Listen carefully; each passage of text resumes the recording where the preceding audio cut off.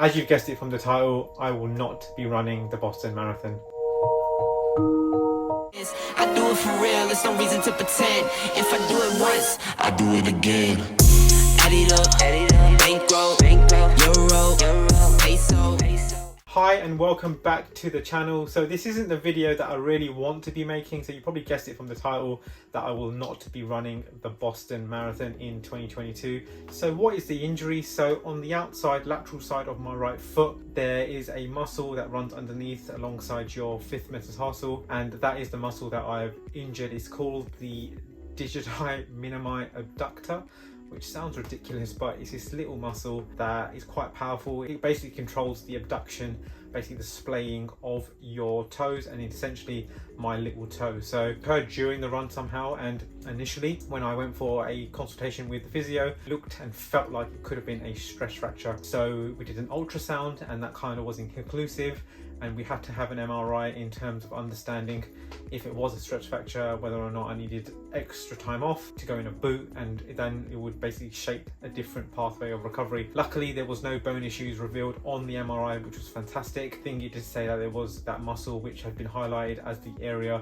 which is causing the problem, and also it then helps us in terms of knowing what we need to do, how to strengthen it, how to load it, some time to heal, some time to recover, and give it that TLC that it needs. In the meantime, I'm trying to walk as less as possible, manage my step count and allow the area to heal, which is quite difficult, pretty much an active person. So alongside with not running for the last 8 days, I need to make sure that the pain goes away from daily life. And then once I'm able to walk pain-free, as long as it's a low level 1 or 2 out of 10, I should be able to transition into running while still being relatively cautious and pretty easy. So that's the injury. It's kind of a freak injury. I'm not too sure how it happened. Could have been a combination of being on a compact sort of surface. I tend to run on trails quite a lot. Could have been a cooked pair of Pegasus 38s which were coming to the end of their life. It could have been an off-camber road which it could have occurred on. Could have been that of stop starting. It could have been a super hard surface. It could have been a combination of variety of things. You just don't know with these things. It's just about learning and trying to react. And I'm one of these people that has a lot of respect for the marathon, a lot of respect for myself, and trying to go there and give it my best shot is always at my forefront. Hence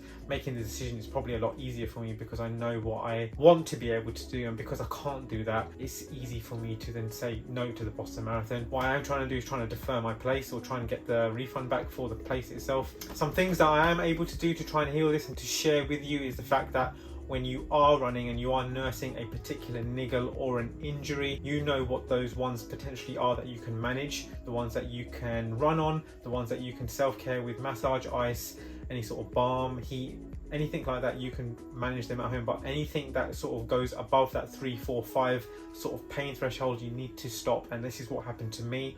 About 8 days ago, I was out for a run, and on that run the foot was okay, low level sort of feeling. What I was conscious of doing and what my body was doing was cheating with every single step. So when you do carry a niggle, when you do carry something that bothers you or you're wary of it, what your body does then to do is find the best solution for you to get over that, and that is known as compensating. So what I was doing was not landing on the outside naturally like I normally do. I was landing a little bit more flat of foot, which meant that it was basically making the alignment of my leg out of sync, and it caused a pain in the back of my pelvis, and it felt as if like someone had pulled me back with a piece of string, or it felt as if I was being shot in the back, and it was incredibly painful. I just do not know how to explain. And it was that point where I said, I can't do this anymore. I stopped 2 miles from home. I somehow managed to jog back, which is beyond belief to me because I was in a lot of pain. So that's when you know, that okay, it's time to stop, it's time to get this checked out, because you are not feeling 100%. Prior to that, it had always been in the foot,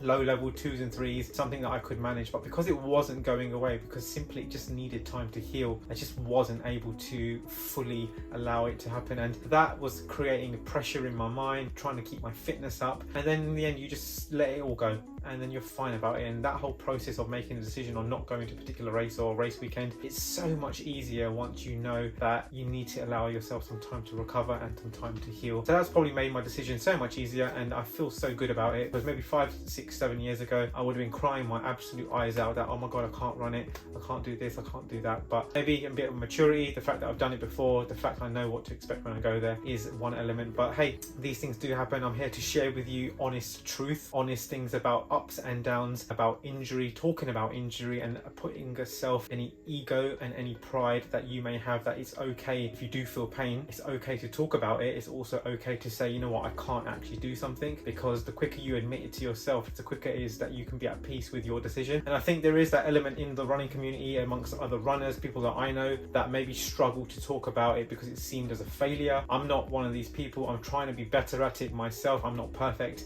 and I'm trying to be able to talk about these things and be open and honest and speak to a physio straight away, and rather than sort of allow myself an extra week or two, because when that sort of things creeps in, you could give yourself 1 or 2 week setback. You could be longer in period of time. So that is the state of the injury. That is the state of this series, which comes to a premature end, and that is where we are. And I'll be working with guys at R&D Physio here in London and Adrian for some shock flow treatment on my actual foot, which should help with some pain relief and also with some rehab exercises just to help the foot splaying, allow the adduction of the toe.